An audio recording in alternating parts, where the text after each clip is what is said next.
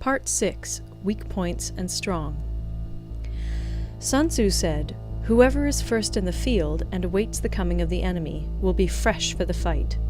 Whoever is second in the field and has to hasten to battle will arrive exhausted." Therefore, the clever combatant imposes his will on the enemy, but does not allow the enemy's will to be imposed on him. By holding out advantages to him, he can cause the enemy to approach of his own accord, or, by inflicting damage, he can make it impossible for the enemy to draw near. If the enemy is taking his ease, he can harass him. If well supplied with food, he can starve him out. If quietly encamped, he can force him to move. Appear at points which the enemy must hasten to defend. March swiftly to places where you are not expected.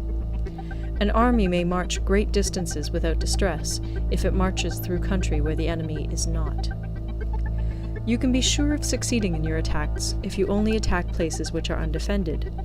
You can ensure the safety of your defense if you only hold positions that cannot be attacked. Hence, that general is skillful in attack whose opponent does not know what to defend, and he is skillful in defense whose opponent does not know what to attack. O divine art of subtlety and secrecy!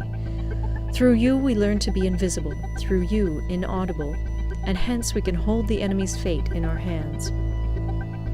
You may advance and be absolutely irresistible if you make for the enemy's weak points.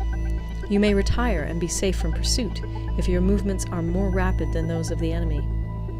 If we wish to fight, the enemy can be forced to an engagement even though he be sheltered behind a high rampart and a deep ditch. All we need do is attack some other place that he will be obliged to relieve. If we do not wish to fight, we can prevent the enemy from engaging us even though the lines of our encampment be merely traced out on the ground. All we need do is throw something odd and unaccountable in his way. By discovering the enemy's dispositions and remaining invisible ourselves, we can keep our forces concentrated while the enemy's must be divided. We can form a single united body while the enemy must split up into fractions. Hence, there will be a whole pitted against separate parts of a whole, which means that we shall be many to the enemy's few. And if we are able thus to attack an inferior force with a superior one, our opponents will be in dire straits. The spot where we intend to fight must not be made known, for then the enemy will have to prepare against a possible attack at several different points. And his forces being thus distributed in many directions, the numbers we shall have to face at any given point will be proportionately few. For should the enemy strengthen his van, he will weaken his rear. Should he strengthen his rear, he will weaken his van. Should he strengthen his left, he will weaken his right. Should he strengthen his right, he will weaken his left.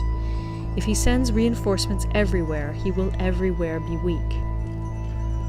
Numerical weakness comes from having to prepare against possible attacks. Numerical strength from compelling our adversary to make these preparations against us. Knowing the place and the time of the coming battle, we may concentrate from the greatest distances in order to fight. But if neither time nor place be known, then the left wing will be impotent to succour the right equally impotent to succour the left, the van unable to relieve the rear, or the rear to support the van. How much more so if the furthest proportions of the army are anything under 100 li apart, and even the nearest are separated by several li. Though according to my estimate the soldiers of Yue exceed our own in number, that shall advantage them nothing in the matter of victory. I say then that victory can be achieved. Though the enemy be stronger in numbers, we may prevent him from fighting. Scheme so as to discover his plans and the likelihood of their success. Rouse him and learn the principle of his activity or inactivity. Force him to reveal himself so as to find out his vulnerable spots. Carefully compare the opposing army with your own, so that you may know where strength is superabundant and where it is deficient. In making tactical dispositions, the highest pitch you can attain is to conceal them. Conceal your dispositions, and you will be safe from the prying of the subtlest spies, from the machinations of the wisest brains. How victory may be produced for them out of the enemy's own tactics, that is what the multitude cannot comprehend.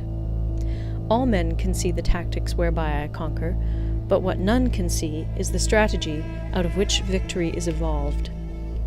Do not repeat the tactics which have gained you one victory, but let your methods be regulated by the infinite variety of circumstances.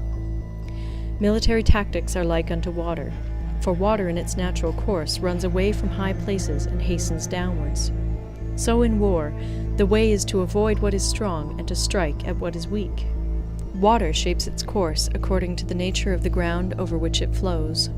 The soldier works out his victory in relation to the foe whom he is facing.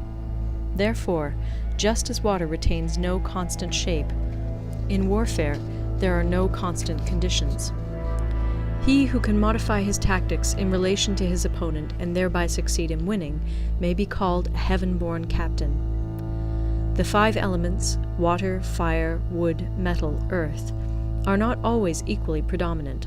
The 4 seasons make way for each other in turn. There are short days and long. The moon has its periods of waning and waxing.